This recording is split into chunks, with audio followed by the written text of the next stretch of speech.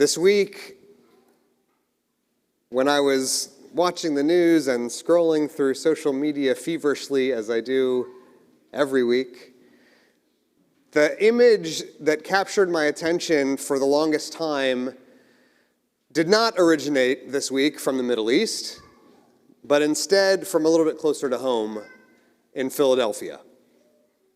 It came from the campus of Drexel University, and it came from a time during a demonstration of the local chapter of Students for Justice in Palestine at Drexel.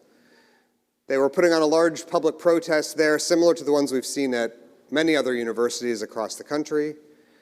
And like at many of those other demonstrations, here at Drexel, there were hundreds of protesters waving flags and holding signs and chanting a variety of slogans that ranged from mildly inflammatory to openly anti-Semitic, calling for violence against Israel and against Jews.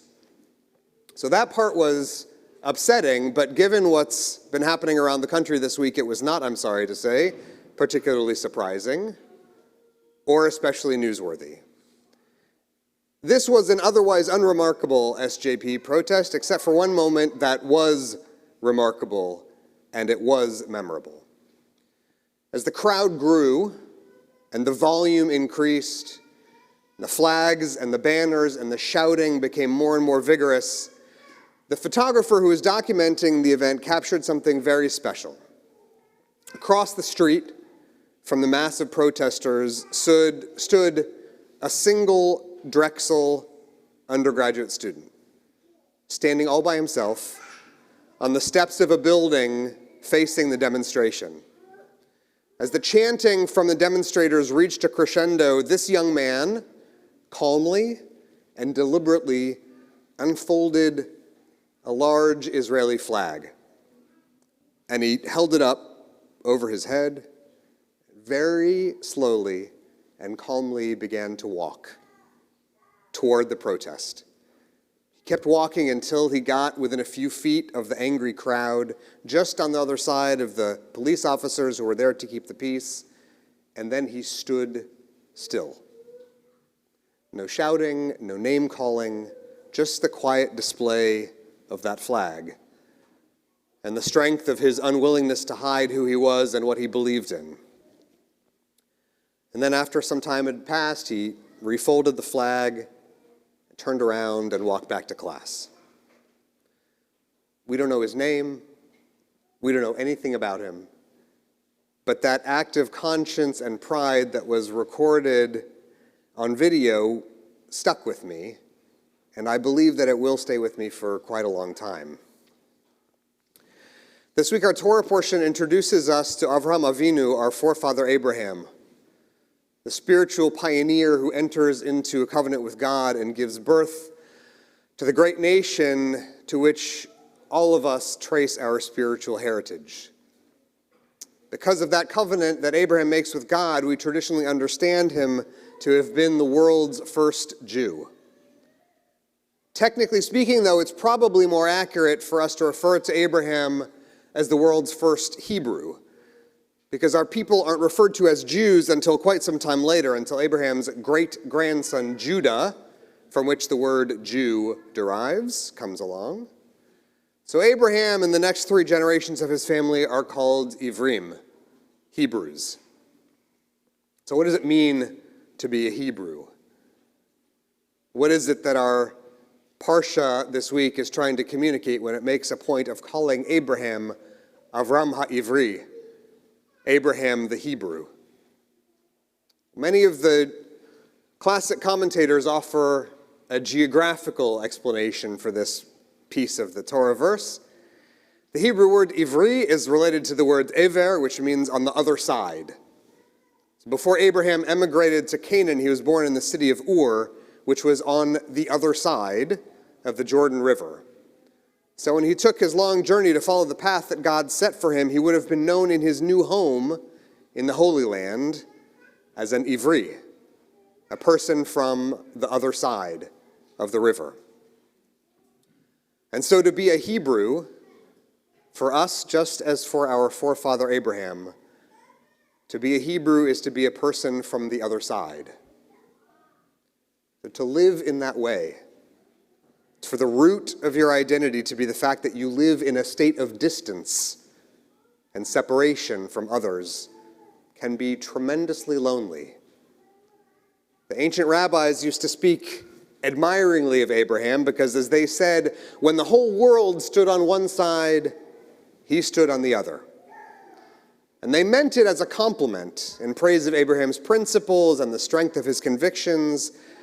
But when I consider that the man whose whole spiritual biography grows from the fact that he stood apart from everything and everyone else he encountered, it makes me imagine that Abraham must have lived a terribly lonesome existence at times.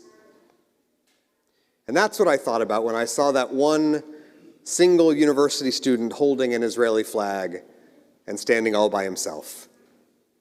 He stood there all alone, testifying quietly but solidly to the truth and the values that were important to him, when it would have been so much easier to say nothing, so much more comfortable to turn and walk the other way down the street. It might even have been easier for him to go and join the protesters, to feel the embrace of his classmates, the warmth of social acceptance that comes from standing side by side with other people. Because, the power of a crowd can be enticing and compelling. It eliminates so much of the difficulty and discomfort that comes from standing alone, at a distance, on the other side from others. But to be a person of conscience and principle means that you have to find the places of truth, places of conviction, and to be willing to stand there, even when your knees tremble. It can be scary, it can be difficult, especially when you turn around and look to see that there's no one else standing with you. But for better and for worse, that experience is central to our identity as Jews. We are Ivrim. We are people who stand on the other side, the side of the covenant which calls us to moral obligation, to the defense of truth and accuracy in the face of myth and disinformation, and calls us to stand in solidarity with our people, even when to do so is to find ourselves isolated from others in our circles of family and friends. In the Bible, Abraham's origin story is all about carving a space for himself different from the one inhabited by the people around him. We may know some of the many legends about Abraham which tell us how he heard and followed God's call into a covenant of ethical monotheism, even though he grew up and came of age in a culture of idol worship.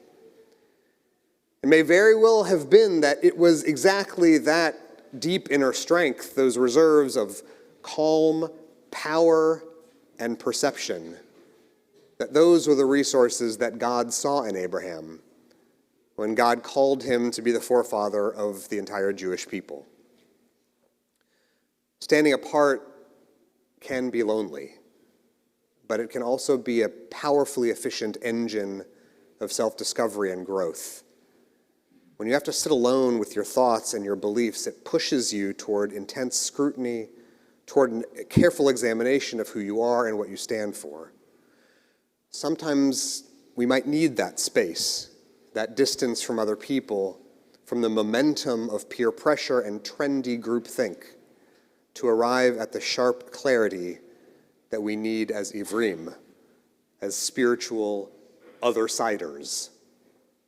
I imagine, optimistically, that student at Drexel University came back to his dorm room that evening with a dramatically heightened sense of purpose and self-awareness. I know that a lot of us have been feeling lonely these days. A lot of us have been feeling like we suddenly live on the other side of the people we live and work and socialize with.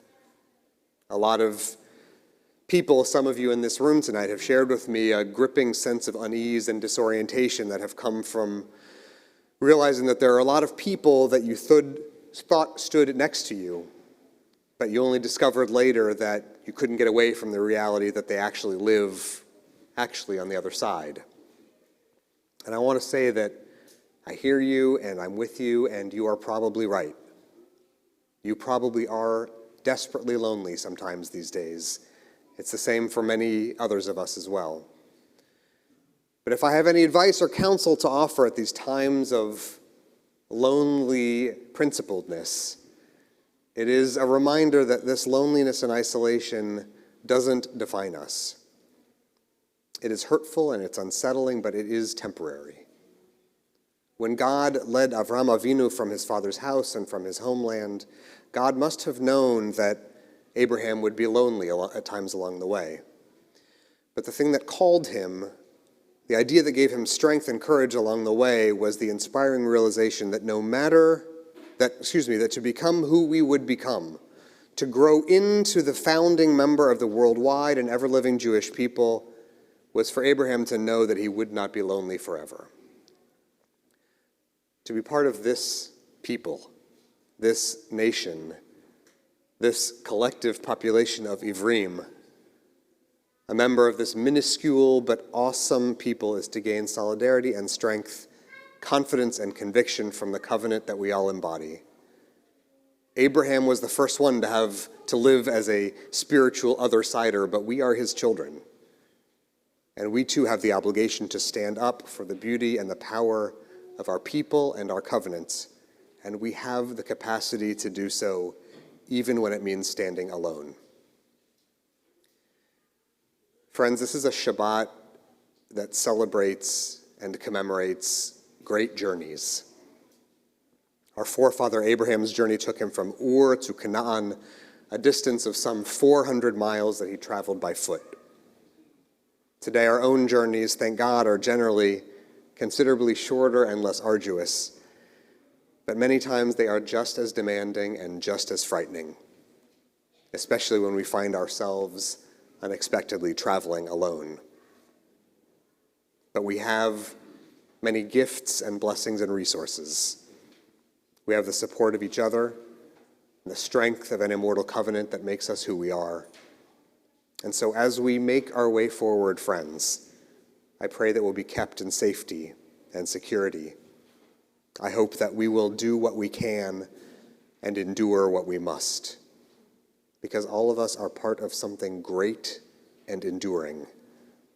We are part of the Hebrew people, and so we walk in connection, we walk in purpose, and all of us live up to the holy and demanding legacy of the people of other-siders. Let us stand together. Let us be as one as we make our way forward into the future that awaits us. Shabbat shalom, everybody. Shabbat shalom.